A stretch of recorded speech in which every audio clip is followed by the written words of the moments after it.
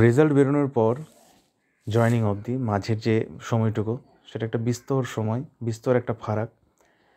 তো সেই সময়টুকু নানান রকম মানসিক টানাপোড়েনের মধ্যে দিয়ে, মানসিক দুশ্চিন্তার মধ্যে দিয়ে এবং নিত্য নতুন অভিজ্ঞতার মধ্যে দিয়ে যেতে হয়।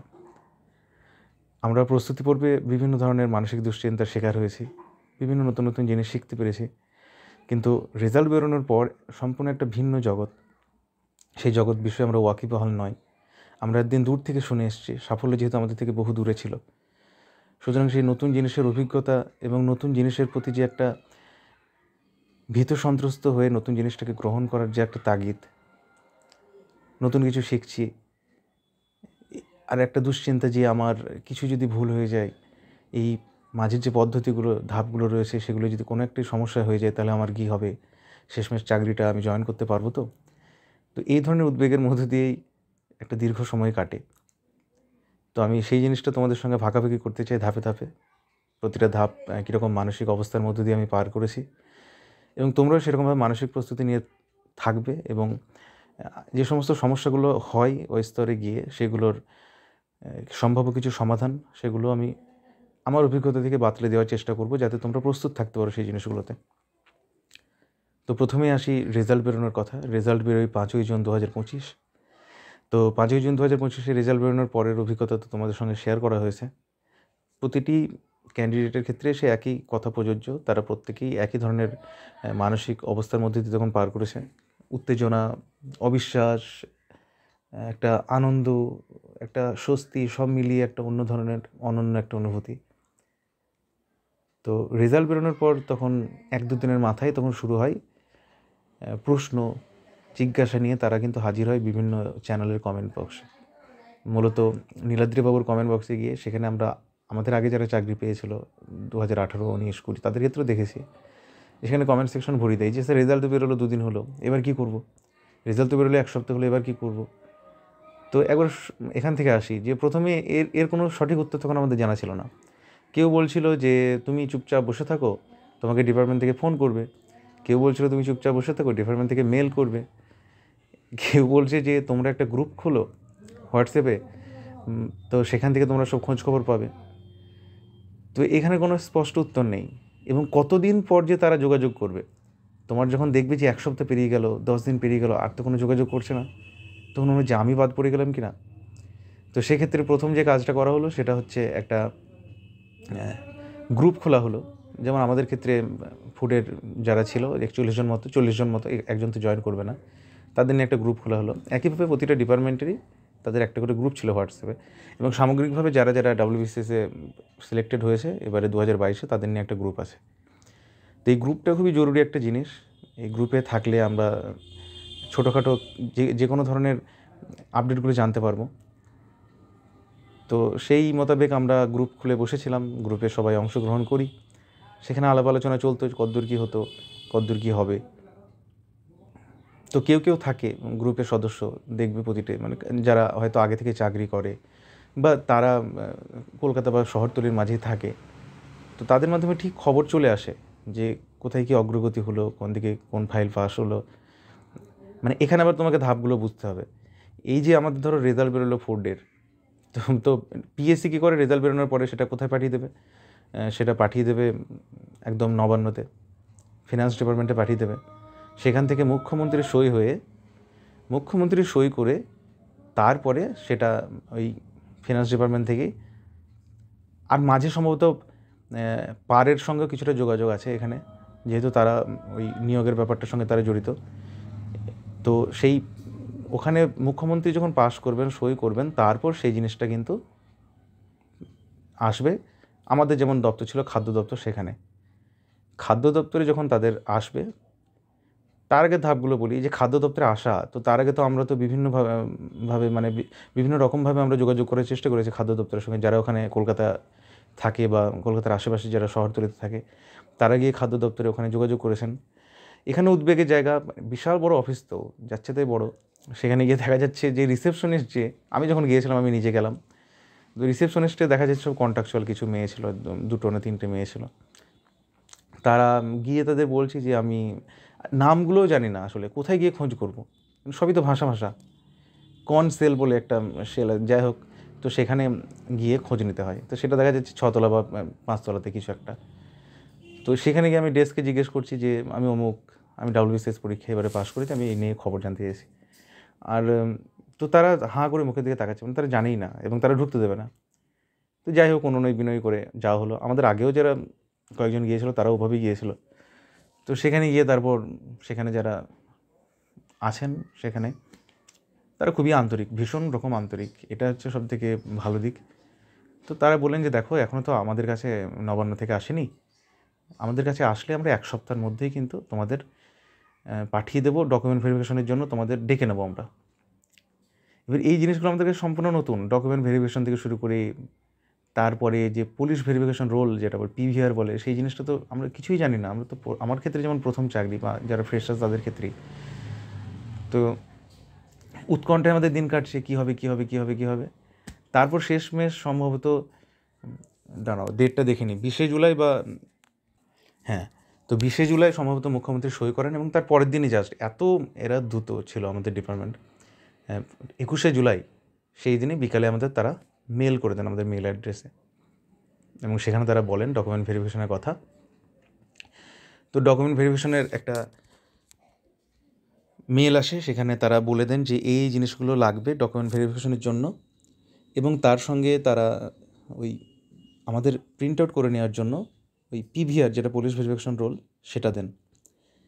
এখানেও ভীষণ উৎকণ্ঠার জায়গা, মানে আসলে যে ফরম্যাটে ওরা মেলটা আমাদের পাঠাচ্ছে সেটা সেই প্রথম দিকে আজ থেকে 30-40 বছর আগে, তারও আগে থেকে মনে হয় ওরা তো হাসির ছলে বলছিলেন যে এটা তো স্বাধীনতার পর থেকেই নাকি চলে আসছে এই ফরম্যাট। আমি যখন পরে গিয়ে জিজ্ঞেস করি স্যার এত জটিল করার কী দরকার, এটা তো সহজ করা যায়, এই জিনিসগুলো অফলাইন অনলাইনের ব্যাপারটা একটু স্পষ্ট করা যায়। তো ওরা হাসলেন, বলে এই ফরম্যাটই হয়ে আছে, এই ফরম্যাটই চলে যাচ্ছে। তারপর PVR যেটা সাথে ছিল সেখানে সইয়ের ব্যাপার ছিল একটা, মানে আমাদের যিনি ডেপুটি সেক্রেটারি, তার খাদ্য দপ্তরের যে ডেপুটি সেক্রেটারি, তার মানে সইয়ের একটা ব্যাপার ছিল, মানে সেখানে একটা জল ছাপের মতন একটা সই। তো সেটা প্রিন্ট আউট করার ক্ষেত্রে দেখা যাচ্ছে প্রিন্টের পেজে তার সই আঁটছে না, বা আমি যখন প্রিন্ট আউট করছি তখন হয়তো এত ছোট হয়ে যাচ্ছে, সেখানে আমি শূন্যস্থান যেগুলো আমাকে পূরণ করতে হবে, এত ছোট জায়গা, এবার সেই সূক্ষ্ম সূক্ষ্ম পিঁপড়ের মতো সাইজের লিখেও আমি মানে কুলোতে পারছি না। তো এই জায়গায় ভীষণ অনেক বিভ্রান্তির জায়গা ছিল যে বড় করে প্রিন্ট আউট করবো, সইটা থাকবে কি থাকবে না, অফলাইনে ডিপার্টমেন্ট থেকে নিতে হবে কি না। এই বিভ্রান্তিগুলো যারা ফ্রেশার্স, যারা নতুন তাদের হবে, তারা কিছুই জানে না। আর তারা সবসময় ভয় থাকে যে কিছু একটা ভুল হয়তো হয়ে যাচ্ছে, কিছু একটা ভুল হয়তো হয়ে গেলে কী হবে, হয়রানি হতে হবে, আমি কলকাতায় গিয়ে আমাকে আবার ফিরে আসতে হবে, নতুন করে করতে হবে। তো যাই হোক, ডকুমেন্ট ভেরিফিকেশনের জন্য তারা তারিখ বলে দিলেন। আমাদের ক্ষেত্রে যেরকম ছিল 22শে জুলাই থেকে 28শে জুলাই, এর মাঝে আমাদের ওই ডকুমেন্ট ভেরিফিকেশনের সময় ছিল। আর পুলিশ ভেরিফিকেশন রোলটার লাস্ট ডেট ছিল জমা দেওয়ার 31শে জুলাই। তো আমরা রীতিমতো গেলাম ওখানে, কী কী ডকুমেন্টস লাগবে সেগুলো তারা সব বলে দিলেন। যেমন লেগেছিল আমাদের photocopy of the admit card of the WBCS executive etcetera exam 2022। তাহলে এখানে ফটোকপি সমস্ত অ্যাডমিট কার্ডের, সে প্রিলি হোক প্রিলিমসের, তোমরা যখনই পরীক্ষা দেবে প্রিলিমসের অ্যাডমিট কার্ড খুব সুন্দরভাবে অনেকে হারিয়ে ফেলে, অনেকের মোবাইলের সফট কপি থাকে তারপর হারিয়ে যায়। প্রিলিমসের অ্যাডমিট কার্ড সুন্দর করে রঙিন প্রিন্ট আউট করবে। তুমি যখন একটা চাকরির পরীক্ষা দিচ্ছ তখন সেই চাকরিটা তুমি চাও, এই তোমার মনোবৃত্তি থাকা উচিত। সুতরাং তোমার সমস্ত অ্যাডমিট কিন্তু সংরক্ষিত থাকবে, সুরক্ষিত থাকবে, বিশেষ করে প্রিলিমসের অ্যাডমিট। তো সেই অ্যাডমিটগুলো যদি নাও থাকে কীভাবে বের করা যাবে সেগুলো জেনে নিও এবং নিজের কাছে প্রিলিমসের সুন্দর করে প্রিন্ট আউট কপি রেখে দিও। তো 3টে প্রিলিমসের, মেইনসের অ্যাডমিট আর কল লেটার যেটা ইন্টারভিউয়ের ডাক পেয়েছিলাম, সেগুলোর তো রীতিমতো অরিজিনাল কপি এবং সাথে জেরক্স, সেগুলো নিয়ে যেতে হবে। অ্যাড্রেস প্রুফ চেয়েছিল, আইডেন্টিটি প্রুফ চেয়েছিল, educational qualification, age proof, caste proof, তারপরে পাসপোর্ট সাইজ 2টো ছবি, মূলত এইগুলোই ছিল। তো এখানে দেখো কিছু কিছু অস্পষ্টতা আছে, এই অ্যাড্রেস প্রুফের ব্যাপারটা, আইডেন্টিটি প্রুফের ব্যাপারটা। সুতরাং সবথেকে সুন্দর হচ্ছে ওখানে সমস্ত ডকুমেন্টস সাথে করে নিয়ে যাওয়া, এবং সমস্ত ডকুমেন্টসেরই সবথেকে ভালো হচ্ছে 3 সেট করে তোমরা জেরক্স করে নিয়ে যাবে প্রতিটা ডকুমেন্টসে। যে কোনো ডকুমেন্টস হোক, তোমার কাছে যতগুলো অরিজিনাল ডকুমেন্টস আছে সেগুলো 3 সেট করে নিয়ে যাবে। ওরা 2 সেট জমা নিয়েছিল। আর পরবর্তীতেও প্রচুর জেরক্স লাগে, তুমি যত সেট করে রাখতে পারবে, অন্তত তুমি যদি 5 সেট 5 সেট অন্তত যদি করে রাখতে পারো সব থেকে ভালো, এমনকি 6 সেট করে রাখলে আরও ভালো, কিন্তু ধাপে ধাপে করবে। যাই হোক, তো ডকুমেন্ট ভেরিফিকেশন রীতিমতো হলো, আর আমরা পুলিশ ভেরিফিকেশন রোল সেটা আমরা জমা দিলাম। এবার পুলিশ ভেরিফিকেশন রোল জমা দেওয়ার পরে ডকুমেন্ট ভেরিফিকেশন 31 তারিখে কমপ্লিট হয়েছে। তারপরে আমার ক্ষেত্রে যেরকম 8ই জুলাই, তো আমার ডেটটা দেখিনি একবার, না ভুল বলছি, 8ই জুলাই কেন হবে, 8ই আগস্ট। তো 8ই আগস্ট কিন্তু আমার তখন আমার যেহেতু মুর্শিদাবাদ ডিআইবি নিয়েও বিস্তর, মানে আমাদের তো জানা নেই কিছু, না সম্পূর্ণ নতুন জিনিস একটা। তো আমাদের ডিআইবি যেটা মুর্শিদাবাদের, আমাদের বহরমপুর ডিআইবি, প্রতিটি জেলায় একটা করে থাকে হেডকোয়ার্টার। তো সেই ডিআইবি অফিসে আমার রীতিমতো আমার পুলিশ ভেরিফিকেশন রোলের জন্য কাগজপত্র এসে পৌঁছায় 8 তারিখে, 8ই আগস্ট। আমার ক্ষেত্রে যেমন তারা সাথে সাথে আমাকে ফোন করেন, এবং তারা ফোন করে কী হলো দেখো, ফোনের অভিজ্ঞতা শোনো তাহলে। যিনি ছিলেন, যারা থাকেন তারা হচ্ছে এএসআই পদের থাকেন। তো তুমি যদি ভাবো নিজের সঙ্গে তুলনা করো, তাহলে তোমার থেকে অনেকটাই, মানে পদের দিক থেকে বা গুরুত্বের দিক থেকে অনেকটাই নিচে তারা, কিন্তু তাদের আচরণ এতটাই মানে অন্য রকমের হয় যে তুমি অবাক যাবে। আমার ক্ষেত্রে যেরকম হয়েছে, তিনি প্রথমেই, আমি তো ভীষণ দুশ্চিন্তার মধ্যে ছিলাম। 11 তারিখে আমাদের মেডিকেল ছিল সম্ভবত। এটা আবার তোমাকে বলি যে মেডিকেলের ডেটটাও তখন দিয়ে দিয়েছিল। মেডিকেলটা নিয়েও খুব দুশ্চিন্তায় ছিলাম যে মেডিকেলের কবে হবে ডেট। আসলে আমাদের ক্ষেত্রে মুখ্য সচিব যিনি, তিনি একটা বিজ্ঞপ্তি জারি করেছিলেন, সমস্ত ডিপার্টমেন্টে পুলিশকে পাঠিয়েছিলেন, জেলায় জেলায় পাঠিয়েছিলেন, বিভিন্ন বিভাগে পাঠিয়েছিলেন, যে এই যে বিলম্ব করা হয় টোটাল ভেরিফিকেশন প্রসেসটা হোক বা মেডিকেল, এই সমস্ত প্রসেসটা কিন্তু 1 মাসের মধ্যে সম্পন্ন করতে হবে। 1 মাস মানে 1 মাস। তিনি বারবার এই কথাটা বিভিন্নভাবে বিজ্ঞপ্তি জারি করে বলেছেন, বিভিন্ন আলোচনাতে বলেছেন, মানে একদম কড়া নির্দেশ ছিল। সুতরাং মেডিকেলটা আমরা খুবই তাড়াতাড়ি পেয়ে গেছিলাম। 31 তারিখে আমাদের ডকুমেন্ট জমা দেওয়া হলো, 8 তারিখের মধ্যে আমরা ডেট পেয়ে গেলাম মেডিকেলের। 11 তারিখে আমাদের মেডিকেল হলো, 11ই আগস্ট। তো 11ই আগস্ট মেডিকেলের অভিজ্ঞতা নিয়েও পরে বলছি, আগে পিভিআরের ব্যাপারটা বলি। তো যিনি পিভিআরের, যার কাছে এসেছিলো মানে এটা পিভিআরের ফর্মগুলো, আমি তখন বাইরে ছিলাম, আর এমনিতে নেটওয়ার্কের সমস্যা এখন। তিনি প্রথমেই শুরু করে দিলেন ইংরেজিতে কথাবার্তা। আমাকে মনে হচ্ছে যেন ইংল্যান্ড থেকে এসছেন, তার অ্যাকসেন্টও বোঝা যাচ্ছে না, তার উপর কাটা কাটা নেটওয়ার্ক। আর আমি ভীত সন্ত্রস্ত, আমি তো জানি না পিভিআর বিষয়টা কী, কীভাবে কী হয়, সম্পূর্ণ অজানা একটা জিনিস, শূন্য থেকে কী করে কী হয়, কীভাবে ডাকে, কিচ্ছু জানি না। শুধু জানি যে অরিজিনাল ডকুমেন্টসগুলো নিয়ে যেতে হয়, দেখাতে হয়, কিন্তু পিভিআর জিনিসটা যে কতটা জটিল সেটা তো আমরা জানি না। ফোন করে তিনি 10 মিনিট ইংরেজিতে কথা বলে গেলেন। তারপরে শেষে বলছে যে আমি পরীক্ষা করছিলাম, তুমি ডাব্লিউবিসিএস অফিসার, চেক করছিলাম আমি, যদিও তার এখতিয়ার নেই সেটা। তারপর শুদ্ধ বাংলায় তিনি বলছেন যে তুমি এসো, এইচএসের রেজাল্ট, উচ্চ মাধ্যমিকের রেজাল্টের জেরক্স 1 কপি, আর হচ্ছে এই গ্র্যাজুয়েশনের ফাইনাল ইয়ারের রেজাল্ট 1 কপি, এটা নিয়ে সাথে এসো। তো তিনি বললেন উচ্চ মাধ্যমিকের তুমি রেজাল্টের একটা জেরক্স আর গ্র্যাজুয়েশনের ফাইনাল ইয়ারের রেজাল্টের জেরক্স তুমি নিয়ে এসো। এবার আমাদের মাথায় ঢুকে আছে কি যে সমস্ত অরিজিনাল ডকুমেন্টস নিয়ে যেতে হয় পিভিআরের জন্য, আমরা তো জানি না। তো বারবার তাকে প্রশ্ন করা হয়, তিনি রীতিমতো বিরক্ত হন বারবার। আমি এই বিষয়গুলো এই কারণেই আলোচনা করছি, এই জিনিসগুলো তুমি যখন পার করে যাবে তখন মনে হবে সত্যি তো এগুলো অতি সহজ জিনিস, অতি সরল জিনিস, এগুলো নিয়ে তো এত ভাবিত হওয়ার কিছু ছিল না। কিন্তু তুমি যখন শিখছো জিনিসগুলো, তখন কিন্তু এই সমস্ত ছোটো ছোটো সমস্যার মধ্যে দিয়ে পার হতে হবে এবং নতুন নতুনভাবে শিখতে পারবে। একটা জিনিস শিখে যাওয়ার আগে তো সেটা অজানা, শিখে যাও। কিছু কিছু ক্ষেত্রে মনে হতে পারে যে এই প্রশ্নগুলো বা এই ধরনের উদ্বেগগুলো হয়তো একটু বোকা বোকা, কিন্তু আসলে সেটা নয়। তুমি বহু কষ্ট করে চাকরিটা পেয়েছো, বহু কষ্ট করে তোমার নামটা এসছে ফাইনাল রেজাল্টে, সুতরাং তুমি চাইবে না যে বিন্দুমাত্র তোমার তরফ থেকে কোনো ভুল হোক বা কোনো রকম অমনোযোগী হয়ে পড়ে কোনো জিনিসে। সুতরাং তিনি আমাকে বারবার বলেন ওটা, আমি বারবার প্রশ্ন করি যে স্যার বাকি অরিজিনাল ডকুমেন্টস নিয়ে যাবো না, সে একই প্রশ্ন। শেষে বললেন আমি এত উত্তর দিতে পারবো না, বলে দিয়েছি, ব্যাস, এরকম তার আচরণ। তো তারপরে রীতিমতো সেদিনই বললাম তাহলে সেদিন যাই। সেদিন আমি বিকেলে ট্রেনে গেলাম বহরমপুর, মোটামুটি 5:30টার দিকে আমি পৌঁছলাম। প্রচণ্ড বৃষ্টি, সেখানে গিয়ে দিলাম এবং জমা দিলাম। তো কী বাজে আচরণ, ওইখানে বসো, বাইরে ডাকবো, তার আগে আসবে না। তা বললাম স্যার এরপরে কী হবে? কোনো উত্তর নেই, যে তোমাকে যা বলা হয়েছে সেটুকুই করবে, এত কিছু জবাব দিতে পারবো না। তো এই ধরনের বাজে আচরণের মধ্যে দিয়ে গিয়েছে। তো উনি কী করলেন, যে কাজটা, সেটা হচ্ছে আমি বুঝলাম যে পার্ট ভিআরের যে দুটো চিঠি, পার্ট ভিআর জিনিসটা হচ্ছে তুমি যদি তোমার মূল জেলার বাইরে অন্য জায়গা থেকে পড়াশোনা করো, তো সেখানকার যে ডিআইবি, সংশ্লিষ্ট ডিআইবি, সেখানে তোমার একটা করে, তার আগে বলে রেখে, পুলিশ ভেরিফিকেশন রোলের যেটা, সেটা 3টে ফর্ম থাকে, ঠিক আছে? পুলিশ ভেরিফিকেশন রোলের যে ফর্মটা থাকে সেখানে অনেক কিছু ফিল আপ করার ব্যাপার আছে। তোমরা চেষ্টা অনলাইন বলে একটা চ্যানেল আছে, আমরা সেটা দেখে করেছিলাম। তোমরা যখন পিভিআর আসবে তখন দেখবে ওই চ্যানেলটা দেখেই করতে হবে। তো ওখানে খুঁটিয়ে কিন্তু পিভিআর অনেক কিছু বিষয় আছে যেগুলো আমাদের ক্ষেত্রে, যেরকম 40 জনের মধ্যে একজন কিন্তু তার ঠিকানা ভুল করেছিল, কোনোভাবে হয়তো কিছুটা ভুল হয়েছে। কারণ অনেকে থাকে মূল জায়গায় ছিল, সেখান থেকে অন্য জায়গায় চলে যায়, তার কারেন্ট অ্যাড্রেস, পার্মানেন্ট অ্যাড্রেসের সমস্যা হয়, কিছু একটা ওখানে সমস্যা হয়েছিল, তো তাকে ভুগতে হয়েছে। কিন্তু সুতরাং আমরা ভীষণভাবে এখানে মনোযোগী হয়ে আমরা ফর্মটা ফিল আপ করেছি, প্রচুর সময় নিয়ে, অনেক কপি জেরক্স করে নিয়ে, তারপর ফাইনালি ফর্মটা ফিল আপ করে 3 কপি আমরা সেখানে জমা দিই। তো সেই 3 কপির একটা কপি থাকে আমাদের যে মেন ডিআইবি, আমি যে জেলায় বাস করি সেখানে থাকে। আর দুটো আমার ক্ষেত্রে, যেরকম আমার দুটো ছিল, দুটো জায়গায় পড়াশোনা, তো সে দুটো জায়গায় এক কপি করে গেছে।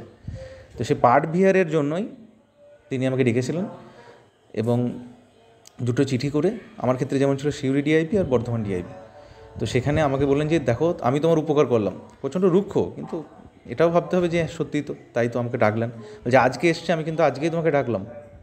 এবং পরে জানতে পারি তিনি তার পরের দিনই আমার লোকাল থানা সেখানে মেল করে দিয়েছিলেন। তাহলে এই যে দ্রুত গতিতে, মানে জাস্ট 2 দিনের মধ্যেই জিনিসটা হয়ে গেল। আসার পরে মাইকের আওয়াজ যেত, তো এই উপকারটা তিনি করেছিলেন। আমি রীতিমতো তার পরের দিনই কী করি, যে তার পরের দিন না, শনিবার সম্ভবত আমি গেলাম, যে আমি পার্ট ভিআরের জন্য কী করলাম, উনি বলছেন যে হাতে তুমি ওই পার্ট ভিআরের যে ডিআইবি সেগুলোই যাও দিয়ে এসো, তাহলে দ্রুত হবে। আমি যদি পোস্ট করি তাহলে জিনিসটা একটু ডিলে হয়ে গেল। তো আমি তার কথা শুনে যাই। আমার ক্ষেত্রে কী হলো এবার সমস্যা, সিউড়ি ডিআইবি গেলাম, সেখানে তারা সরাসরি নাকচ করে দিল যে না, আমরা হাতে নেব না, কখনোই নেব না, আর নিলেও আমি কোনো রিসিভ করব না, যে আমি সই করে যে আমি রিসিভ করলাম সেই ব্যাপারটা থাকবে না। অথচ উনি আমাকে বললেন যে সব রিসিভ করে এনে সেই কপিটা আবার আমাকে এসে জমা দেবে। তো তারা বলছেন যে না, করবো না। বিশেষ করে সিভিকগুলো থাকে ওখানে, তারা তো একদম কিছু শুনতেই চায় না, যে আমরা দায়িত্ব নেব না, এইভাবে নিয়ম নয়। তো যাই হোক, তারপরে যিনি ওখানে ডিআইবিতে এএসআই পদের হয়তো থাকেন কেউ, বা এসআই পদের থাকেন, তো তিনি রীতিমতো এলেন, একটু বয়স্ক মানুষ, ভদ্রলোক। তো তাকে গিয়ে বললাম যে আমি এবারে ডাব্লিউবিসি সিলেকশন পেয়েছি, আমার এখানে পার্ট ভিআর আছে এখানকার কলেজে। তিনি খুবই ভালো। তো তিনি বললেন যে দেখো বাবা, এরকমভাবে তো হয় না নেওয়া, কিন্তু আমি নিয়ে নিচ্ছি, জাস্ট রিসিভ করে নিলাম। সেই দিন আমি বর্ধমানে এলাম।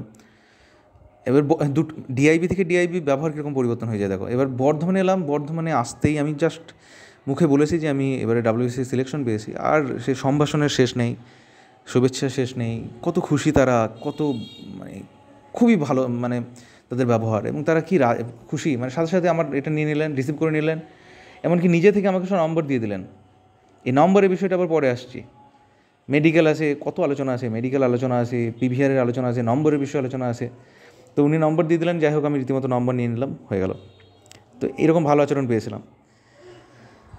তো ওটা চলে আসার পরে কী হবে, এবার আমরা গ্রুপে আলোচনা করছি কি, যে পার্ট ভিআরের কাজগুলো ওই ডিআইবি, সংশ্লিষ্ট ডিআইবি করবে, কলেজে ভেরিফিকেশনের জন্য পাঠাবে, কলেজ থেকে সেই জিনিসটা নিয়ে এসে, মানে কী হয় জানো তো, যেমন আমার ক্ষেত্রে ধরো সিউড়ি ডিআইবি, তাহলে সিউড়ি ডিআইবি থেকে আমার কলেজটা যে থানার আন্ডারে, সেই থানাতে আসবে জিনিসটা। সেই থানায় আসার পরে সেখান থেকে যাবে কলেজে, কলেজ থেকে আমার প্রিন্টেড আউট যেটা লিভিং সার্টিফিকেট হোক বা কিছু একটা ওই জাতীয়, সেই জিনিসটা আবার থানাতে আসবে। থানা থেকে যাবে আবার কোথায়, আমাদের সিউড়ি ডিআইবিতে। সিউড়ি ডিআইবি থেকে তারপর কী করবে, চিঠি করে পাঠাবে বহরমপুর ডিআইবিতে। বহরমপুর ডিআইবি থেকে তারপরে সেটা তখন ফাইনালি ডিএম অফিসের থ্রু, এটা ওই যে ডিএম অফিসের থ্রু, এটাও শেষে জানতে পারলাম। আমাদের মাথার মধ্যে ঢুকেছিল যে ডিআইবি অফিসেই মানে ভেরিফিকেশন শেষ হয়ে যায়, সেখান থেকেই পাঠিয়ে দেয় সবটা। তো ওখানে দেখছি ডিএম অফিসেরও একটা গুরুত্ব আছে ওখানে, সেখানেও ভেরিফিকেশনের একটা ব্যাপার থাকে, ফাইনাল ভেরিফিকেশনের। তারপর সেটা শেষমেশ পৌঁছই সেটা আমাদের যে সংশ্লিষ্ট ডিপার্টমেন্টে সেখানে। তো এই আমাদের পার্ট ভিআর পৌঁছে গেল, পার্ট ভিআর দিয়ে এলাম হাতে। এদিকে মেন ডিআইবির ডাকে না তারা। শেষমেশ 1 সপ্তাহ পর মনে হয় আমাদের লোকাল থানা যেটা ছিল সেটা আমাকে ফোন করে যে তোমাদের বাড়ি যাব। এবার আমি বাকিদের যে আলোচনা করলাম, কারো কারো ক্ষেত্রে থানায় ডেকেছে, কারো কারো ক্ষেত্রে বাড়ি এসছে। তো বাড়ি এসে জাস্ট তারা একটা দুটো সিভিক এসেছিলো, যারা ডিআইবি সেকশনের দায়িত্বে তারা আছে, মানে ডিআইবির কাজগুলোই করে, ভেরিফিকেশনের কাজগুলো। তো তারা এসে আমাকে রীতিমতো বাড়ি এলো, চা খেলো এবং লিখে দিল কী কী ডকুমেন্টস আমাকে নিতে হবে। কী কী ডকুমেন্টস নিতে হবে এখানে অনেক কিছু ব্যাপার স্যাপার আছে, যেমন কী কী ডকুমেন্টস লাগে। আমরা যে ভুলটা করেছি সেই ভুলটা তোমরা করো না। কী কী ডকুমেন্টস লাগে তোমাদের একটু বলে দিই, এটা ডিআইবি থেকে ডিআইবি ভ্যারি করে। এগুলো এখন হয়তো তোমাদের কাছে মনে হতে পারে অপ্রয়োজনীয়, কিন্তু চাকরি তো পাবে এক সময়, চাকরির জন্যই পরীক্ষা দিচ্ছ, জেনে রাখো। তো আমার ক্ষেত্রে কী লেগেছিলো যে ভিআরের জন্য তারা যেটা লিখে দিলেন যে পঞ্চায়েতের থেকে residential certificate with photo and seal. তাহলে ফটো অ্যান্ড সিল সহ তোমাকে একটা পঞ্চায়েত থেকে রেসিডেন্সিয়াল সার্টিফিকেট তুলতে হবে। এবার কিছু কিছু ডিআইবি কী করে, মানে হাতে লেখা রেসিডেন্সিয়াল সার্টিফিকেট তোমার অ্যালাউ করবে, কিছু কিছু বলবে যে অনলাইনে তোমার রেসিডেন্সিয়াল সার্টিফিকেট লাগবে। সুতরাং তোমাদের যেই মাত্র রেজাল্ট বেরিয়ে যাবে সেই মাত্র তোমরা প্রথম যে কাজগুলো করবে, এই যে আমি এখন যে সমস্ত ডকুমেন্টসের কথা বলছি এগুলো সব রেডি করে রাখবে, তাহলে বেগ পেতে হবে না, পরে ছুটোছুটি করতে হবে না। তো panchayat residential certificate with photo and seal, তো এটা অনলাইন ভার্সনও হতে পারে, অফলাইনে হতে পারে, যেটা ওরা অ্যালাউ করবে ওরা বলে দেবে, সেটা তোমরা তুলে রাখবে। বার্থ সার্টিফিকেট, জন্ম শংসাপত্র তোমাদের প্রত্যেকের আছে কি না জানি না, এটা লাগে এবং লাগবে। অনেকের এখানে বিভ্রান্তি আছে যে মাধ্যমিকের অ্যাডমিট দেওয়া যায়, হ্যাঁ দেওয়া যায়, কিন্তু সব ডিআইবি মেনে নেবে না। আর তোমার জন্ম শংসাপত্র লাগবে, তুমি পরে পাসপোর্ট করতে যাবে, আর এই যে বিভিন্ন জায়গায় তোমার জন্ম শংসাপত্র লাগবেই। তাই যদি কারো তোলা না থাকে তাহলে ডিলে সার্টিফিকেট বলে একটা এসডি অফিসে গিয়ে, মানে delay birth certificate, delay death certificate, এরকম একটা ওদের একটা সেল আছে, সেখানে গিয়ে তুমি নিয়মকানুন জেনে নেবে কীভাবে তুলতে হয়।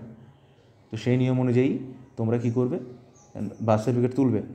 আর যদি দেখা যাচ্ছে কারোর বার্থ সার্টিফিকেট আছে, আমার ক্ষেত্রে যেরকম ছিল হাতে লেখা বার্থ সার্টিফিকেট, লাল রঙের একটা হয়, দেখবে তোমাদের জেলাতে কী রঙের হয় আমি জানি না, আমার জেলাতে লাল রঙের ছিল, লাল গোলাপি এরকমই রঙের হয়।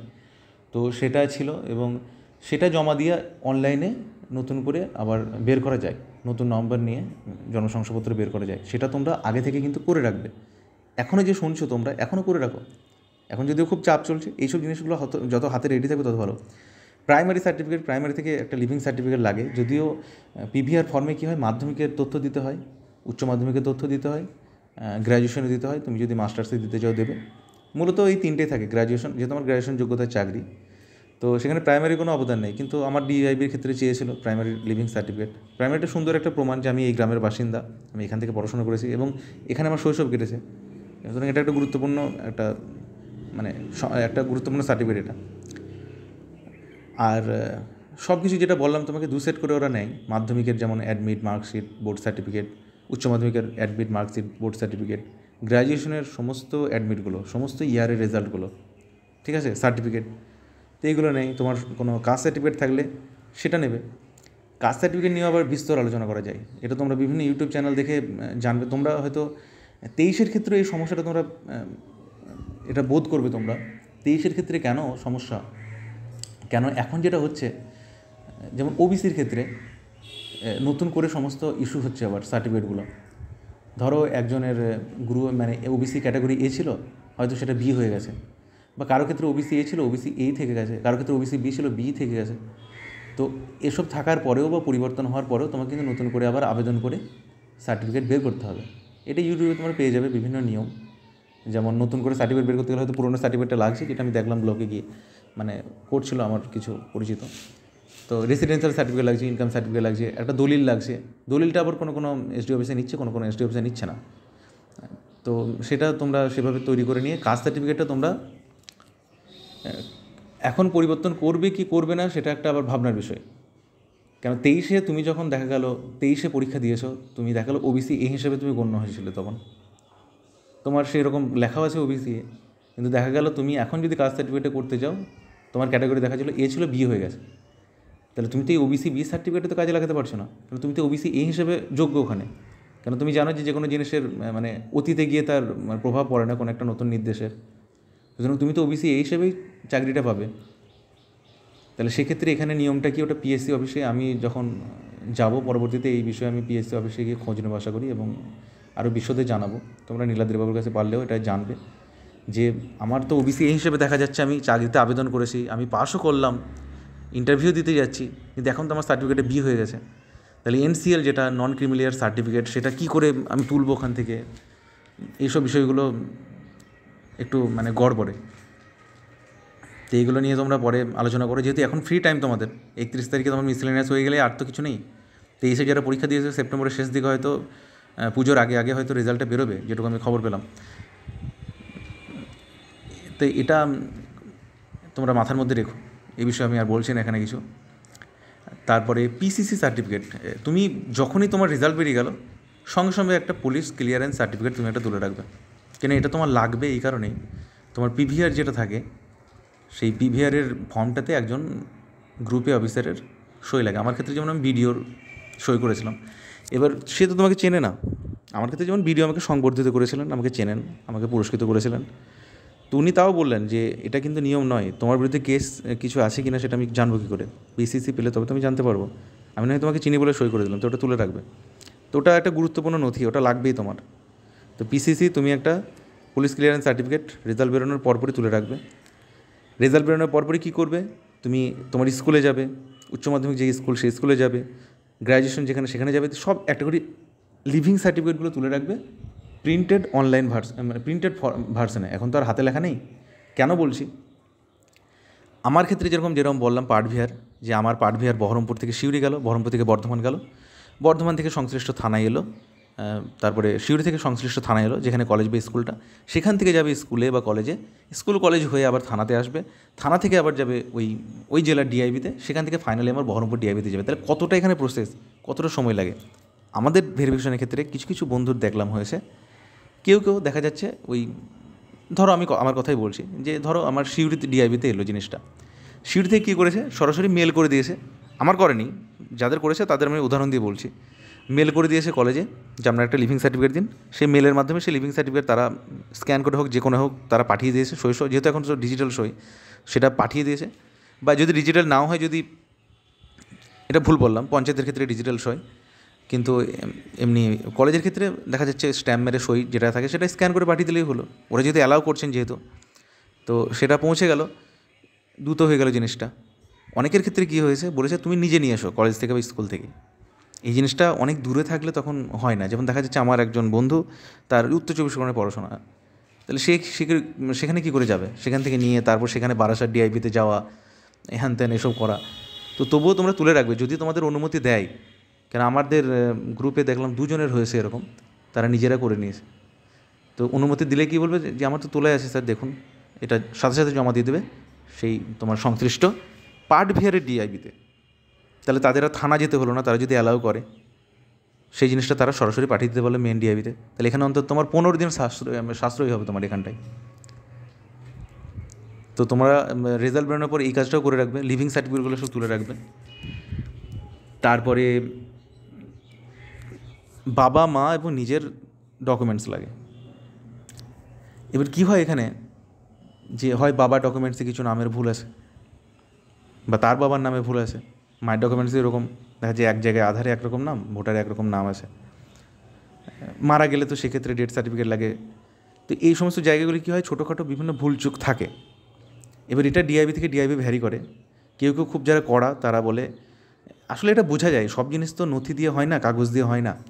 যে বলা যাচ্ছে, দেখা যাচ্ছে প্রণব কুমার বিশ্বাস, এক জায়গায় লেখা আছে প্রণব কুমার বিশ্বাস, কিছু একটা ফাদারের জায়গায় নাম কারোর, অন্য জায়গায় আছে প্রণব কে আর বিশ্বাস, ঠিক আছে, অন্য জায়গায় লেখা আছে প্রণব বিশ্বাস, অন্য জায়গায় লেখা আছে কুমার প্রণব বিশ্বাস। তো এগুলো দেখে বোঝা যায় যে এগুলো আসলে একটাই মানুষ। এবার সেটা তারা নিজেদের বিবেচনার মধ্যে রাখবেন নাকি প্রতিটি ক্ষেত্রে অ্যাফিডেভিট করাবেন, সেটা তাদের বিষয়। যেন তোমার যদি এরকম কিছু ভুল হয়ে থাকে, এই যে সময়, অনেক সময় তোমার সেপ্টেম্বরে 23-এ রেজাল্ট বেরোবে, বা আগামী পরীক্ষাগুলোর ক্ষেত্রেও তাই, তোমার ওই ভেরিফিকেশন হতে হতে এখনও তোমার হাতে 6-7 মাস, 8 মাস, 9 মাস সময় তোমার।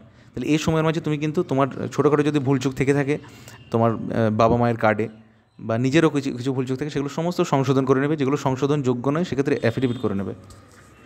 এটা গেল। আর একটা দলিল চাই তারা। এই দলিল বিষয়ে বিভিন্ন জায়গায় বিভিন্ন নিয়ম আছে। যেহেতু তোমরা জানো 1992 থেকে সম্ভবত বার্থ সার্টিফিকেটের ব্যাপারটা আসে, এই জিনিসটা নিয়ে আমাদের বিশাল অভিযোগ ছিল যে এটা তো সেই এসআইয়ের সমতুল্যই হয়ে গেল, এটা তো সেই কী বলে সিএ, তারপরে এনআরসির মতনই হয়ে গেল জিনিসটা, যে দলিল কেন লাগবে। তো এরা দলিল চাইছিল যেরকম আমাদের ক্ষেত্রে 89-এর আগে, 1989-এর আগে বা 1987-র আগের কোনো দলিল যেখানে মানে আমার পূর্বজদের নাম আসে সেখানে সেটা দেখাতে হবে। তো সুতরাং সেই দলিল তোমাদের সবার আছে আশা করি। এবার সেখানেও কিছু সমস্যা থাকে, দেখা যাচ্ছে সেখানে তো দাদু দিদা তোমার যে থাকবে তাদের নামে অলরেডি ভুল, মানে নামে ভুল থাকবেই, এটা মানে 90% ক্ষেত্রে। সুতরাং এখানে ঘাবড়ে যেও না, যে তুমি জেনেই নেবে যে স্বাভাবিকতাই হচ্ছে ভুল থাকা। সুতরাং সেগুলো তারা বুঝে নেবে যে হ্যাঁ এরকম একটু একটু ভুল থাকবে, নামে দেখা যাচ্ছে বানান ভুল বা একটু কিছু মানে নতুন সংযোজন হয়েছে, শ্রী দেখা যাচ্ছে কোথাও আছে, কোথাও মাঝে কুমার লাগানো। এই আমি একটা উদাহরণ দিলাম, এই জিনিসগুলো হয়েছে অনেকের। তো এটা নিয়ে ভাবিত হওয়ার কিছু নেই। ভোটার লিস্ট যেমন আমরা 2024-এর পেলাম সচিত্র যে ভোটার লিস্টটা, সেখান থেকে নিজের মানে বাবা এবং মা, বাবা অবশ্যই যদি জীবিত থাকেন তাহলে, তো তাদের নাম যে পেজগুলোতে রয়েছে সেগুলো প্রিন্ট আউট করা, সব কিন্তু 3 কপি করে, মানে নিজের কাছে রেখে দেবে সব 3 কপি করে। হচ্ছে একটা স্ট্যান্ডার্ড তোমার জেরক্সের একটা মানে মান, তুমি 3 কপি করে সমস্ত, যখনই জেরক্স করবে 3 কপি করে করবে। কত যে জেরক্স করতে হবে তার ঠিক ঠিকানা নেই। তো সেখানে যেরকম নিয়ম আমাদের দিয়েছিলেন ভেরিফিকেশনের ক্ষেত্রে, প্রথম পাতার এবং নিজের নাম আসে, বাবা মায়ের নাম আসে, যদি জীবিত থাকেন সেক্ষেত্রে সেই পাতাগুলোর জেরক্স করা, প্রিন্ট আউট করা। আর একটা সেলফ ডিক্লারেশনের ফর্ম থাকে, সেই ফরম্যাটটা ওরা বলে দেয় সেটা করতে হবে। তাহলে তোমরা এখান থেকে যেটা জানতে পারলে, আমি যে সমস্ত বিষয়গুলো বললাম, কিছু কিছু জিনিস বাদ, যেমন সেলফ ডিক্লারেশন বাদ, নিজে যে ঘোষণাপত্র দিচ্ছ যে আমি অমুক, আমার কোনো ভুল তথ্য দিইনি, আমি এই জাতীয় ওরা একটা দেয় একটা ফরম্যাট, তো সেটা এখন দরকার নেই। যে জিনিসগুলো তোমাদের করা সেগুলো হচ্ছে তুমি বার্থ সার্টিফিকেটটা ঠিক করে রাখবে, তোমার রেজাল্ট বেরোনোর পরপর রেসিডেন্সিয়াল সার্টিফিকেট তুলে রাখবে উইথ ফটো অ্যান্ড সিল। আচ্ছা, মাধ্যমিক জেরক্সগুলো করে রাখবে, ওটা ঠিক আছে। ওবিসি সার্টিফিকেট যদি সমস্যা থাকে সেগুলো ঠিক করে নেবে। পুলিশ ক্লিয়ারেন্স সার্টিফিকেট রেজাল্ট বেরোনোর সাথে সাথে করবে, কেন ওগুলো 6 মাস ভ্যালিড থাকে, রেজাল্ট বেরোনোর সাথে সাথে ওটা বের করে নেবে।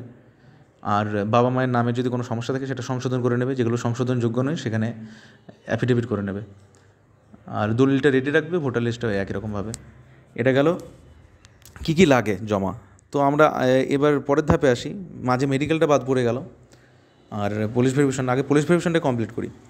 তো পুলিশ ভেরিফিকেশনের রীতিমতো আমাকে ওই সমস্ত চাওয়ার পরে কী হলো, সেই আমার 15ই আগস্টে ছুটির দিনেই আমার ডেকেছিল। তো সেই দিনে আমি গেলাম, শুক্রবার ছিল। সেখানে গিয়ে রীতিমতো খুবই দুশ্চিন্তার মধ্যে, কী করব, সব জেরক্স নিয়ে গেছি 2 কপি করে, অরিজিনালগুলো সব নিয়ে গেছি। তারপরে ওখানে রীতিমতো ডাকলো প্রথমেই, এবং অরিজিনালগুলো দেখালাম, 1 সেট ওখানে জমা নিলেন, 1 সেট তারপরে বাইরে এসে সিভিকগুলো জমা নিল, যারা ওই কেরানি গোছের। তো এই 2 সেট আমার জমা পড়ে গেল, এবং আমার যেটা মূল ডিআইবি মুর্শিদাবাদ বহরমপুর ডিআইবি, তার কাজটা শেষ হলো। এবার আমরা ভাবছি এরপরে কী হবে, জানি না তো এরপরে কী হবে, যে মেন ডিআইবি হলো, পার্ট ভিআরটা চলে আসবে এখানে, তারপর ওরা হয়তো পাঠিয়ে দেবে। তো সেই শুক্রবারের পরের শুক্রবার, এই গতকাল না গত পরশু, তারা আবার জানালো একটা সিভিক, এখানে কার কার ফোন নম্বর নিয়ে রাখতে হবে সেটা আমি পরে বলছি। তো সে জানালো যে আমরা আজকে জমা করলাম। এই যে এই কথাটা যে কতটা একটা জটিল কথা, যে আজকে জমা করলাম, কোথায় করলে, কেন করলে, আমি তাহলে আগের শুক্রবার কী করে এলাম, এই প্রশ্নগুলো জাগছে মনে। তারপরে যেটা জানতে পারলাম, ওরাও নিজেরা স্পষ্ট করে বলতে পারছে না। বললাম কোথায় জমা করলেন, বলছে যে একটা সিভিক বলছে যে এটা তো এবার সরাসরি আইবিতে চলে যাবে কলকাতায়। সেটা ভুল, ডাহা ভুল। একজন সিভিক বললো যে এটা ডিএম অফিসে যাবে, এবং সেটা আর একটা বন্ধুর কাছেও জানলাম যে এটা ডিএম অফিসে ওদের মানে একটা এডিএমের সই লাগে ওখানে ফাইনাল ভেরিফিকেশন করে। তো বলছে ওখানে গেল ডিএম অফিসে, আমরা ফাইনালে জমা দিয়ে এলাম। এবং ওদের বক্তব্য অনুযায়ী পার্ট ভিআরটাও এরকমভাবে ডিআইবি অফিসে ফেরত আসবে যখন আমার মূল ডিআইবিতে, সেখান থেকে জিনিসটা যাবে আবার ডিএম অফিসে। এবং ফাইনালি আমার ক্ষেত্রে যেমন 2টো পার্ট ভিআর ছিল, 2টো পার্ট ভিআর আর মেন পিভিআর যেহেতু জমা দেওয়া হয়েছে নিজের জেলারটা, জেলা বলতে কী হয়, ওবিসি ভেরিফিকেশন থাকে বা কাস্ট সার্টিফিকেটের ভেরিফিকেশন থাকে, তোমার প্রাইমারি স্কুলের যে ব্যাপার স্যাপার থাকে, তোমার পঞ্চায়েত থেকে থাকে, বার্থ সার্টিফিকেটের ভেরিফিকেশন থাকে। বার্থ সার্টিফিকেট অনলাইনে যাদের ছিল না তাদের ভেরিফিকেশন করতে হয়েছিল, পুরসভা থেকে হোক বা পঞ্চায়েত থেকে হোক। স্কুলের যে সার্টিফিকেট থাকে, তো এইগুলো মানে জেলার অংশটুকু তারা জমা দিয়ে দিয়েছিল, তার সঙ্গে পার্টগুলো যুক্ত হয়ে ফাইনালি তখন এখনও আমি ধোঁয়াশার মধ্যে আছি যে ওটা ডিএম অফিস থেকে যাবে নাকি ডিআইবি থেকে যাবে। যেটুকু জানতে পারছি ডিএম অফিস থেকে যাবে। এবার ডিএম অফিসে যেহেতু আবার মুখ্য সচিব নির্দেশ দিয়েছিলেন যে 1 মাসের মধ্যে সমস্ত কমপ্লিট করতে হবে, বারবার তিনি বলেছেন লিখিতভাবে বলেছেন, মানে মৌখিকভাবে বলেছেন। সুতরাং ডিএম অফিসে গেলে আর আশা করি আর দেরি হবে না। তো এটা গেল। এদিকে আমি এখন যখন ভিডিওটা করছি, আজ হচ্ছে কত, 24শে আগস্ট। মানে আমি ভিডিওটা দুটো পার্টে করতে চাইছি, কারণ আমি যদি জয়েন করবো তখন আমি এমনিতেই সময় পাবো না। সুতরাং আমি যেটা করছি এই 24শে আগস্টের ভিডিও, এটার মানে যেটা মূল অংশ, মানে শেষ অংশ যেটা, মানে আমার জয়েন করা, সেটা আবার পরে আমি রেকর্ড করে এটার সঙ্গে জুড়ে দেবো এবং ফাইনালি ভিডিওটা তখন রিলিজ করব। তো এখন যেহেতু তাই এই যে ব্যাপারটা বললাম যে ডিএম অফিসে গেল, এবার সেখান থেকে পৌঁছে যাবে, এই জিনিসটা তাহলে এখানেই থাক, কেন এর পরের ধাপটা আমি জানি না। পার্ট ভিআরের বিষয়টা আমি আগে স্পষ্ট করি এখানে। পার্ট ভিআর কী হচ্ছে, যে তুমি জমা দিয়ে চলে এলে, তোমার 8 দিন 10 দিন পড়ে থাকবে, কোনো খোঁজখবর যদি না নাও ওখানেই পড়ে থাকবে, তুমি জানতেও পারবে না। তো আমার ক্ষেত্রেও এরকম পড়েছিল 15 দিন। তো আমি যাই হোক, শেষমেশ আমি বর্ধমানে যিনি আমার যে স্কুল যেখানে এইচএস যেখানে, সেখানকার যিনি ডিআইবি দায়িত্বে ছিলেন, সৌভাগ্যবশত তিনি আমার পাশের গ্রামের, তার নম্বর পাই। গতকাল যেরকম গেলাম, ওখানকার যে সিভিক যে দায়িত্বে ছিল, যে ওই স্কুল থেকে করিয়ে আনবে জিনিসটা, তার ফোন নম্বর পেলাম। তাহলে আমার দুটো গুরুত্বপূর্ণ ফোন নম্বর আমার কাছে জড়ো থাকলো। আমার মুর্শিদাবাদ ডিআইবির ক্ষেত্রে আমি সিভিকগুলোর ফোন নম্বর এখানে নিয়েছি, আমার ডিআইবির যিনি দায়িত্বে ছিলেন তার নম্বরটা নিইনি, কারণ আমার যেহেতু লোকাল থানা, তারাই আমাকে সব বলে দিচ্ছে। আর সিউড়ির ক্ষেত্রে কী করেছিলাম, সিউড়িতে আমি সরাসরি একবার ডিএসপি ডিআইবি তাকে ফোন করেছিলাম, খুবই আন্তরিক, তিনি প্রমোটেড ডিএসপি, যাই হোক, বাবা করে কথা বলছিলেন, আর কিছু পরামর্শ দিচ্ছিলেন যে সবসময় উঁচু পদে থাকবে, সাধারণ মানুষের সাহায্য করবে, একে অপরের সাহায্য করবে, খুবই ভালো কথা। তো উনি আমাকে অনেক সাহায্য করেছেন, বারবার ফোন করে বিরক্ত করেছে, কিন্তু বিরক্ত হননি। তো ওখানে যিনি ডিএসপি ডিআইবি তার ফোন নম্বর আছে আমার কাছে, যিনি আমার কলেজের যে থানা, সেই থানার দায়িত্বে যে ডিআইবি তার ফোন নম্বর আছে, যিনি এসআই বা ওই স্তরের পদমর্যাদার কেউ, তার ফোন নম্বর আছে। তিনিও খুব ভালো, তিনিও মানে ওই 50-55 এরকম বয়স হবে, তিনিও খুব ভালো। আর যে সিভিক সেও। তো গতকাল যখন যাই পার্ট ভিআরের জন্য, তখন দেখি যে তারা অনেক আগেই আমার করে ফেলেছে জিনিসটা, এবং সিউড়িতে জমা পড়ে আছে, সিউড়ি থেকে আর যায়নি। তো এই আগামী সোমবার, আজকে যেমন রোববার আমি ভিডিওটা এই রেকর্ডটা করছি আমি, তো আগামী সোমবার আশা করি ওরা পাঠিয়ে দেবে ওখান থেকে। আমি অনুরোধ করবো ডিএসপিকে আবার ফোন করে যে আপনি ওটা পাঠিয়ে দিন স্পিড পোস্টের মাধ্যমে, ওটা আশা করি 2 দিনের মধ্যে পৌঁছে যাবে, বুধবার নাগাদ বহরমপুরে পৌঁছে যাবে। আর বর্ধমানে যেটা, মানে আমার স্কুল যেটা এইচএস, সেখানটা শুনলাম যে ওরা বুধবারে জমা দেবে, আগামী বুধবারে।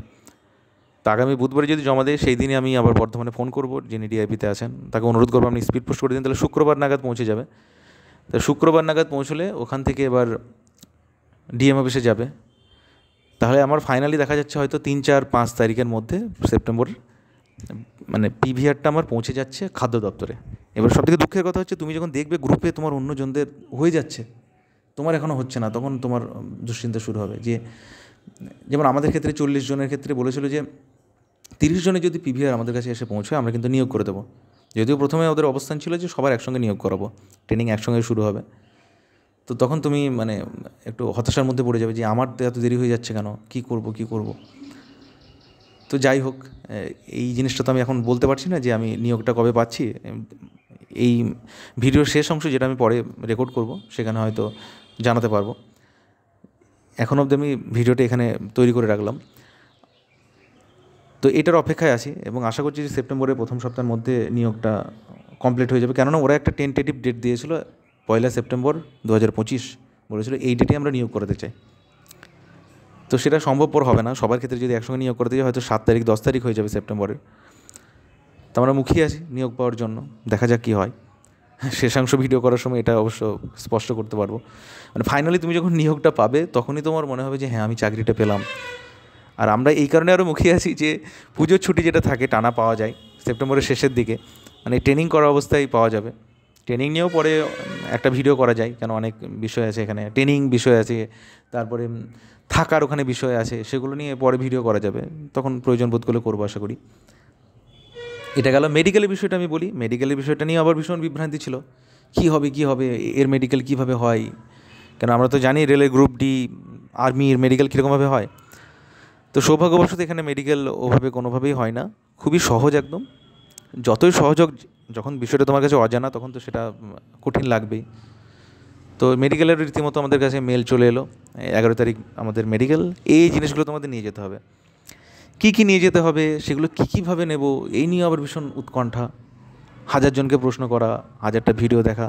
আর এই উদ্বেগটা, উৎকণ্ঠাটা মানে ঠিক আছে আমি মনে করি, কারণ নতুন জিনিস আমি যখন শিখছি তখন আমি কৌতূহল নিয়ে, ভয় নিয়ে আমি শিখবো, অসুবিধাতে নেই আমার, আমি শিখলে জানতে পারবো। তো ওরা কী চাই, ওরা কী চাই যে প্রথমত ওরা চোখের একটা সার্টিফিকেট চাই, মেডিকেল সার্টিফিকেট। এই মেডিকেল সার্টিফিকেট কোত্থেকে আমি আদায় করব, কোত্থেকে উদ্ধার করব, সেটা নিয়ে ভীষণ বিভ্রান্তি। যে আমার যারা প্র্যাকটিস করছেন যে আমাদের এলাকায়, সেরকম ডাক্তারের কাছে যাবো, এমবিবিএস ডক্টর, নাকি সুশ্রুত, আমাদের ক্ষেত্রে যেমন বহরমপুরে সুশ্রুত ছিল, দিশা থাকে, বিভিন্ন এরকম কিছু সংস্থার আছে, সেখানে যাব। তো আমি সুশ্রুতে গিয়েছিলাম। সেখানে কি কিছুই নয়, তুমি গিয়ে বলবে আমার একটা মেডিকেল রিপোর্ট দরকার। আর যদি তুমি কোনো ডাক্তারকে দেখাতে চাও, সেখানে গিয়ে বলবে। ওরা কি দেখে যে আমার চোখের একটা সামগ্রিক একটা পরীক্ষা। ওরা যে মেডিকেলের জন্য যে মেলটা আমাদের পাঠিয়েছিল, সেখানে বলা ছিল যে এই জিনিসগুলো সেখানে কভার থাকবে। কালার ব্লাইন্ডনেস আসে কি না, তারপরে তুমি দূরের জিনিস কাছের জিনিস দেখার যে ব্যাপার, প্যারামিটার থাকে বিভিন্ন, আমাদের ক্ষেত্রে 6/6 জাতীয় কিছু একটা ছিল, মানে নর্মাল। তোমার যদি চোখে চশমা থাকে তাহলে সেই চশমার পাওয়ার কত, এবং তোমাকে মেডিকেল বোর্ডে যখন যেতে হবে সেই চশমাটা পরেই যেতে হবে। তো আমাদের ক্ষেত্রে নর্মাল ছিল, যেহেতু আমরা মেডিকেল সার্টিফিকেট নিয়ে গেছিলাম। এটা একটা গেল। কোত্থেকে নেবো সেটা একটা ভীষণ ছিল, যে এরকম সংস্থার থেকে নেওয়া যাবে নাকি যারা এমনি ব্যক্তিগতভাবে প্র্যাকটিস করছেন তাদের কাছে নেব। ব্যক্তিগতভাবে প্র্যাকটিস করলে কী হবে, সেটা অফলাইনের মতো হয়ে গেল, জিনিসটা হাতে লেখা হয়ে গেল, ওটা তো প্রিন্টেড আউট হবে না। তো একটা মানসিক প্রশান্তির ব্যাপার থাকে। তো আমার মনে হয়েছে যে সুশ্রুতের মতো বা যে কোনো একটা ভালো যে সংস্থা, সেখানে করে নেওয়াটাই ভালো। আর অবশ্যই সেখানে ডাক্তারের দেখবে যে এমবিবিএস কিনা, এমবিবিএস লাগবে ওখানে, মানে চোখের ডাক্তারের ডিগ্রিটা ওখানে লাগবেই ঠিকঠাক। তারপরে দ্বিতীয় ছিল সেটা হচ্ছে বুকের একটা এক্সরে, চেস্টের এক্সরে উইথ প্লেট সহ। এটা যে কোনো জায়গা থেকে করা যায়। এটা নিয়েও ভীষণ বিভ্রান্তি যে ভালো একটা নামজাদা কোনো প্রতিষ্ঠান থেকে করব নাকি স্থানীয় কোনো জায়গা থেকে করব। মোটামুটি তোমার যে মহকুমায় তুমি থাকো, সেই মহকুমায় যে সবথেকে ভালো যেটা প্রতিষ্ঠান, সবথেকে মানে বড় যেটা প্রতিষ্ঠান, সেখান থেকে করবে। সেখানে তাহলে যে ডাক্তারের যে ক্রাইটেরিয়া, সেটা সেখানে মানে আপনার থেকেই ওখানে পূরণ হয়ে যাবে সেই জিনিসটা। আর তারপরে হচ্ছে যে তোমার ইউরিন টেস্ট লাগে। ইউরিন টেস্টে কী কী জিনিস দিতে হয় তারও ওরা নির্দেশিকা জারি করে দেয়, এই জিনিসগুলো ইউরিন টেস্টে থাকবে। সেটাও কোনো প্যাথোলজিস্টের কাছ থেকে, ওটি একই নিয়ম যে তুমি যে মহকুমায় থাকো সেই মহকুমায় গিয়ে, সেখানে সবথেকে বড় যে সংস্থা, সেখান থেকে তুমি করে নেবে। এবার এগুলো কী করে, অনেকে সরকারি হাসপাতাল থেকে করে। কত দিকে কত টাকা যাবে তোমার কোনো ধারণা নেই। সুতরাং ওই 2-5 টাকার জন্য আমি 1 সপ্তাহ অপেক্ষা করবো মেডিকেলের জন্য, এরকম করতে যাবে না। কোনো সরকারি সংস্থা থেকে করতে যাবে না, কোনো হাসপাতাল থেকে করতে যাবে না, কোনো মেডিকেল কলেজ থেকে করতে যাবে না। তুমি বেসরকারি প্রতিষ্ঠান থেকেই করবে, লাগুক কিছু টাকা। কত টাকা উপার্জন করবে পরে। তো এটা গেল মেডিকেলের। এই সমস্ত জিনিস নিয়ে আমরা দুশ্চিন্তায়, এরপরে কী হবে, ওখানে গিয়ে কী কী পরীক্ষা হবে। তো ওখানে মেডিকেলে 11ই আগস্ট গেলাম। কলকাতা মেডিকেল কলেজে আমাদের ছিল যদিও। সেখানে গিয়ে ওরা ঠিকানা দিয়েছিল কোথায় কী হবে, সেখানে গেলাম আমরা। এবং কী করলো তারা, পরীক্ষা হলো, একটা ফর্ম দিল। আমরা ভীষণ দুশ্চিন্তা, এই পরীক্ষা হবে, ওই পরীক্ষা হবে, হ্যান হবে, ত্যান হবে। কিন্তু কী হলো, পরীক্ষা গিয়ে দেখলাম একটা ফর্ম দিল। ফর্মটা কীভাবে পূরণ করতে হবে, কোন কালিতে পূরণ করতে হবে, কীভাবে পূরণ করতে হবে, কী কী ফাঁকা রাখতে হবে, সেটাও বলে দিলেন তারা। এবং আমরা রীতিমতো সেই কাজগুলো করলাম। তারপর আমাদের ডাকা হলো, প্রথমবার ডাকা হলো। সেখানে কী করলো, মনে হয় 5 সেকেন্ডের মধ্যে তোমার হাইট এবং ওজন মেপে নিল। যদিও সেটাই মেপে নিয়ে সেটা নথিবদ্ধ হয়ে গেল। তারপর দ্বিতীয় ধাপে যখন ডাকলো, তখন একটা ডাক্তারবাবু, তিনি 3 সেকেন্ড হাতের কবজিটা চেপে ধরে তিনি পালসটা চেক করলেন। কোনো ওষুধ খাও, কোনো রোগ আছে, কোনো নেশা, ব্যাস তোমার জন্ম দাগ কি, হয়ে গেল। মানে 30 সেকেন্ডের মধ্যে তোমার মেডিকেল শেষ। এই হচ্ছে মেডিকেল জিনিসটা। কিন্তু যতক্ষণ তুমি জানছো না, তখন মনে হচ্ছে বিশাল উৎকণ্ঠার বিষয়, একটা খুবই দুশ্চিন্তার বিষয়, কী হবে। তো এই হয়ে গেল মোটামুটি আমার ওই রেজাল্ট বেরোনোর পর থেকে নিয়োগের হয়তো আর 10 দিন মতন বাকি আছে আমার। আমি আশা করছি সেপ্টেম্বর 10-এর মাঝে আমার নিয়োগ হয়ে যাবে, আশা করি। তো আমি আজ ভিডিওটা করছি, আজ তো 24শে আগস্ট। তো এটা প্রথম অংশ, এবং শেষ অংশটা আমার নিয়োগ পাওয়ার পরে আমি করব। দুটো একসঙ্গে জুড়ে ভিডিওটা আমি রিলিজ করবো আশা করি। তখন হয়তো সময় পাবো না, কেন ছুটে ছুটে বেড়াতে হবে তখন, কোথায় থাকবো, কোথায় কী করবো, ট্রেনিং শুরু হয়ে যাবে তখন। তো যাই হোক, এগুলো দীর্ঘদিন ধরে যেহেতু ভিডিও করিনি, আর এগুলো আমার বলার ছিল, আলোচনা করার ছিল, সেই জন্য আমি তোমাদের সঙ্গে শেয়ার করলাম। আর তোমরা এখন ব্যস্ত এমনিতেই, এখন ভিডিও তো রিলিজ করছি না, যদিও এটা বলাটাও একটা বোকামি, মানে 31শে আগস্টের পরেই, আমি তো সেপ্টেম্বরের সেই হয়তো 8-9-10-এর দিকে আমি রিলিজ করবো ভিডিওটা। সুতরাং তখন তোমার মিসলেনিয়াস পরীক্ষা অলরেডি হয়ে গেছে তোমার, সুতরাং ভিডিও এখন দেখারও কোনো ব্যাপার থাকছে না। যাই হোক, এটা গেল প্রথম অংশেই বলি সবার জন্য শুভেচ্ছা, সবাই ভালো থেকো এবং তোমাদের শুভকামনায় আমাকে রেখো। ধন্যবাদ। শেষ অংশটা আশা করি পরে আমি জুড়ব এবং শেষমেশ ভিডিওটা রিলিজ করব। ধন্যবাদ। আজ 23 সেপ্টেম্বর। আমি আমার আগের ভিডিওর দ্বিতীয় অংশ আজকে তৈরি করছি এবং আশা করি আমি যখন অ্যাপয়েন্টমেন্ট লেটার হাতে পাবো তখন সম্পূর্ণ ভিডিওটা করতে পারবো। তো আগের ভিডিওতে আমি পিভিআর বিষয়ে কিছু কথা বলেছিলাম, সেটা অসম্পূর্ণ ছিল। পিভিআর যেহেতু আমার সম্পূর্ণ হয়েছে, সুতরাং আমি বাকি তথ্যগুলো এই বিষয়ে তোমাদের দিতে চাই। পিভিআর বিষয়টা মূলত হচ্ছে যে তোমার ডিপার্টমেন্ট থেকে তোমার যা নথি সেগুলো যাচাইয়ের জন্য তারা সংশ্লিষ্ট জেলা শাসকের অফিসে তারা একটা আবেদন পাঠায় এবং সেই পিভিআর ফর্মটা পাঠায়। এটা বিষয়ে আমাদের বিভ্রান্তি ছিল প্রথমে, আমরা যেহেতু জানতে পারিনি, অনেক পরে জানতে পারলাম যে আমরা ভাবছিলাম হয়তো ডিআইবিতে বা পুলিশের কাছে জিনিসটা পৌঁছয়, কিন্তু সত্যিটা হচ্ছে তা নয়, এটা পৌঁছয় জেলা শাসকের অফিসে। এখন আমরা বুঝতে পারছিলাম না যে সবাই বলছে যে পুলিশের মাধ্যমে ভেরিফিকেশন হয়ে যাওয়ার পরে ডিএম অফিস থেকে আরেকটা ভেরিফিকেশন হয়, তারপর জিনিসটা পৌঁছয়। আসলে এরকম নয়। ডিএম অফিসের দুজন সদস্য তারা ডিআইবি অফিসে বসেন। একজন থাকেন সেন্ট্রালের চাকরির বিষয়টা দেখার জন্য, আর একজন থাকেন রাজ্যের চাকরির বিষয়টা দেখার জন্য। তো তারা ওই জেলা শাসকের প্রতিনিধি হিসাবে ডিআইবি অফিসে অবস্থান করেন, নিজেদের টেবিল আছে তাদের। তো আমাদের পিভিআর ফর্মটা আসে জেলা শাসকের অফিসে, মানে ওই দুই প্রতিনিধির যে কোনো একজন প্রতিনিধির কাছে। তিনি যেহেতু ডিআইবি অফিসেই বসে আছেন, তো সেখান থেকে তিনি পাশের টেবিলে ডিআইবিতে সেটা ট্রান্সফার করেন এবং বলেন যে এই ভেরিফিকেশনটা করে আমাকে জমা দেন। সেই মোতাবেক লোকাল ডিআইবি, মানে তোমার যেখানে বাড়ি সেখানকার ডিআইবি তোমার লোকাল যে সমস্ত জিনিসগুলো রয়েছে, যেমন জন্ম সার্টিফিকেট, তোমার মাধ্যমিকের পড়াশোনা যদি তোমার সেই জেলাতে হয়ে থাকে, তোমার যদি সার্টিফিকেট ইস্যু হয়ে থাকে কাস্ট সার্টিফিকেট, সেগুলো, এই ধরনের জিনিসগুলো। তারপর পঞ্চায়েত থেকে রেসিডেন্সিয়াল সার্টিফিকেট, প্রাইমারি স্কুলে অনেকে নিচ্ছে, আমাদের ডিআইবিতে নিয়েছিল প্রাইমারি স্কুল লিভিং সার্টিফিকেট। তো এগুলো তারা চেক করেন। আর পার্ট বিহেয়ারেরগুলো কী করেন, ওই ভদ্রলোকই, যিনি জেলা শাসকের যিনি প্রতিনিধি, তিনি পার্ট বিহেয়ারের চিঠিগুলো পাঠিয়ে দেন তোমার পার্ট বিহেয়ারের ডিআইবি যেগুলো আছে যেখানে, মানে তোমার নিজের জেলার বাইরে যেখান থেকে তুমি পড়াশোনা করেছো সেখানকার ডিআইবিগুলোতে। তো তাদেরটা যখন এসে পৌঁছায় ওনার হাতে এবং এটাও জমা পড়ে যায়, তখন উনি পুরো জিনিসটা আবার আমাদের ডিপার্টমেন্টে পাঠিয়ে দেন। এটা হচ্ছে সম্পূর্ণ ব্যাপার। এটা বুঝতে আমাদের 1 মাস লাগলো। মানে তারা নিজেরা কিছু আমাদের কাছে স্পষ্ট করছেন না, পরিষ্কার করছেন না। তো যাই হোক, আমার পিভিআর তারা পাঠালেন এবং সেটা ডিপার্টমেন্টে চলেও এসছে। পিভিআর পাঠানোর ক্ষেত্রে তোমরা ওখানে গিয়ে দেখবে যে অনেক কিছু অলিখিত নিয়মকানুন থাকে, গান্ধিগিরি থাকে, কিছু মিষ্টান্নের ব্যাপার থাকে। তো এগুলো তোমরা যখন নিজে সম্মুখীন হবে তখন বুঝতে পারবে। আর ওখানে একটা জিনিস তোমরা খেয়াল রাখবে যে যেখানেই তুমি যাবে, সবসময় তোমার চিঠিপত্রের যদি ব্যাপার থাকে, সবসময় চেষ্টা করবে সেখান থেকে তোমার ট্র্যাকিং আইডিটা নিতে, যে চিঠিটা তারা পাঠাচ্ছেন। আগে তো রেজিস্টার্ড পোস্টে পাঠানো হতো, এখন তো রেজিস্টার্ড পোস্ট নেই, এখন স্পিড পোস্ট। সুতরাং তোমরা ট্র্যাকিং আইডিটা অবশ্যই নেওয়ার চেষ্টা করবে। এটাই হচ্ছে পিভিআর বিষয়ক কথা। এবার কিছু কিছু বিষয় খেয়াল রাখবে, যেমন কাস্ট সার্টিফিকেটের ক্ষেত্রে দেখা যাচ্ছে, মানে কাস্ট তোমার যদি থাকে তাহলে পিভিআরে তোমার পুলিশ তো ভেরিফিকেশন করছে জিনিস, পিভিআরে তো পুলিশ ভেরিফিকেশন করছে তোমার জিনিসটা, সম্পূর্ণ জিনিসটাই ভেরিফিকেশন করছে, কিন্তু তারপরেও ইন্ডিভিজুয়ালি ডিপার্টমেন্ট থেকে একটা ভেরিফিকেশন এসডি অফিসে চিঠির মাধ্যমে পাঠায় কাস্টের ক্ষেত্রে। এবং সেটা দেখা যাচ্ছে যে সেই চিঠির উত্তরটা এসডি অফিস থেকে ডিপার্টমেন্টে গিয়ে পৌঁছতে হয়। তো এটা অনেক ক্ষেত্রে দেখা যায় যে তারা ফেলে রেখেছে, চিঠিটা পাঠায়নি, হয়তো 1 মাসই ফেলে রেখেছে। সুতরাং ওই চিঠিটা না গেলে কিন্তু তোমার আবার মানে পুরো পিভিআর জমা পড়ে যাওয়ার পরে পুরো প্রক্রিয়া কিন্তু সম্পন্ন হচ্ছে না। সুতরাং এই জিনিসটা তোমরা খেয়াল রেখো। ডিপার্টমেন্টে যখন তোমরা জয়েন করবে, ডিপার্টমেন্টে ফোন করবে যে এই জাতীয় কোনো কিছু আপনি পাঠিয়েছেন কিনা, যাদের কাজটা আছে তাদের ক্ষেত্রে বলছি, ভেরিফিকেশনের জন্য। আর যদি অনলাইনে হয়ে যায় তাহলে তো ভালো, খুবই ভালো, তাহলে আর চিঠি পাঠানোর দরকারই নেই। তো এটা একটা ব্যাপার বললাম।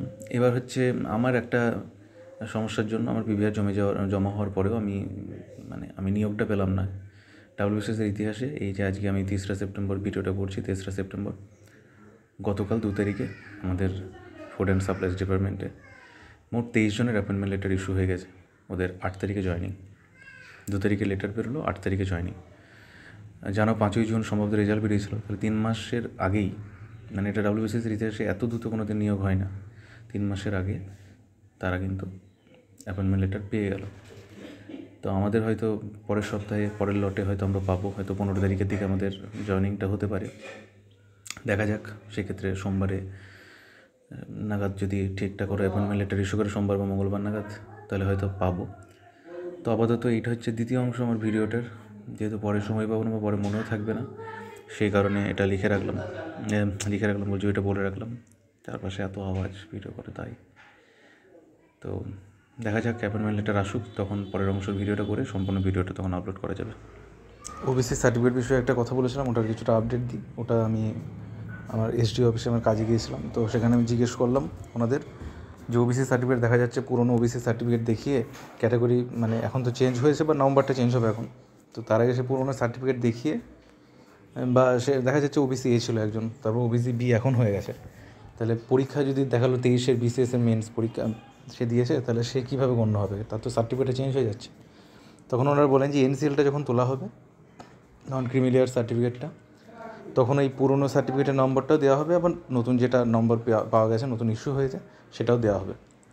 এই দুটো দিয়ে নাকি এনসিএল করা হবে। এবার এতদূর আপাতত জানতে পারলাম, বাকিটা পিএসসি বলতে পারবে কী হবে কী হবে না, মানে কোন ক্যাটাগরি হিসেবে সে বিবেচিত হবে। দেখা গেলো কি ওবিসি এ ছিল, 23-এ পরীক্ষা মেন্স দিয়েছে সে, এবার আশা করি এটা রেট্রোস্পেক্টিভ এফেক্ট তো হয় না কোনো কিছুর ওপরে, মানে যেহেতু হয়ে গেছে পরীক্ষাটা, সুতরাং সেখানে এসে ওবিসি এ ছিল, ওবিসি এ হিসেবে গণ্য হবে, এবং এনসিএলে যেহেতু দুটো সার্টিফিকেটের নম্বরই থাকছে, পুরনোটা এবং নতুনটা, সুতরাং কোনো অসুবিধা হওয়ার কথা নয় মনে হয়। তোমরা নিজেদের সব মহকুমাতে গিয়ে জিজ্ঞেস করবে তারা কি বলছেন, এবং পারলে পিএসসির সঙ্গে যোগাযোগ করার চেষ্টা করবে। নীলাদ্রিবাবু যদি উত্তর দেন তাহলে আরও ভালো। তো এই আপডেটটা এর মাঝে দেওয়া ছিল, এটা দিলাম। আজ 8 তারিখ, তো আজকে প্রথম লটের তাদের জয়েনিং হলো আজকে। তো আমার একটা সমস্যার জন্য 8 তারিখ আজকে জয়েনিং হয়নি। তো যাই হোক, আজকে আমি আমার অ্যাপয়েন্টমেন্ট মেল পেলাম, চিঠি নয়, চিঠিটা তারা পাঠিয়ে দিয়েছে, চিঠি কিছুদিন পর হাতে আসবে। তো আমার 17 তারিখের মধ্যে আমার জয়েন করার কথা। তো আমি আশা করছি যে আমি পরশু দিন অর্থাৎ 10 তারিখে জয়েন করব। আমার পড়েছে ডিরেক্টরের রেশনিংয়ে, তো এর অধীনে আমার ট্রেনিংটা চলবে। প্রথম পদের নামটা হচ্ছে leave deputation training reserve officer, এই হচ্ছে পদটির নাম। ট্রেনিং শেষ হওয়ার পরে মূলত অ্যাসিস্ট্যান্ট ডিরেক্টর হিসেবে জয়েন করা হয়। এবার পোস্টিং কীভাবে হচ্ছে এটা একটু ধোঁয়াশার মধ্যে আছি, মানে অনেকগুলো ডিরেক্টরেট আছে ফুড সাপ্লাইয়ে। তো মূলত ডিডিপিএস একটা ডিরেক্টরেট, যেগুলো জেলার দায়িত্ব পালন করে খাদ্য সরবরাহে, রেশনিং ব্যবস্থায়। আর একটা হচ্ছে ডিরেক্টরেট অফ রেশনিং, যেগুলো মূলত মেট্রোপলিটন এরিয়া, কলকাতা, আসানসোল বা কলকাতার সংলগ্ন শিল্পাঞ্চলগুলো, সেখানকার রেশনিং ব্যবস্থা দায়িত্ব পালন করে। তো ট্রেনিং হওয়ার পর পোস্টিংটা কি এভাবে ডিরেক্টরেট ওয়াইজ হবে নাকি সফল হবে, সেটা পরে জানা যাবে ঢোকে, যেটা শুনলাম যে নাকি ওটা পরে ঠিক হয়। তো যাই হোক, তো এই হচ্ছে ব্যাপার।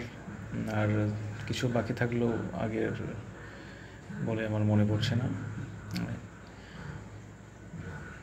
সব কিছুই বলা হয়ে গেছে। তো এই, তোমরা সবাই ভালো থেকো, তোমাদের সকলকে শুভেচ্ছা, তোমাদের সবার জন্য শুভকামনা। সবাই প্রতিষ্ঠিত হও এবং নিজে এই ধরনের অভিজ্ঞতার সম্মুখীন হও। ধন্যবাদ।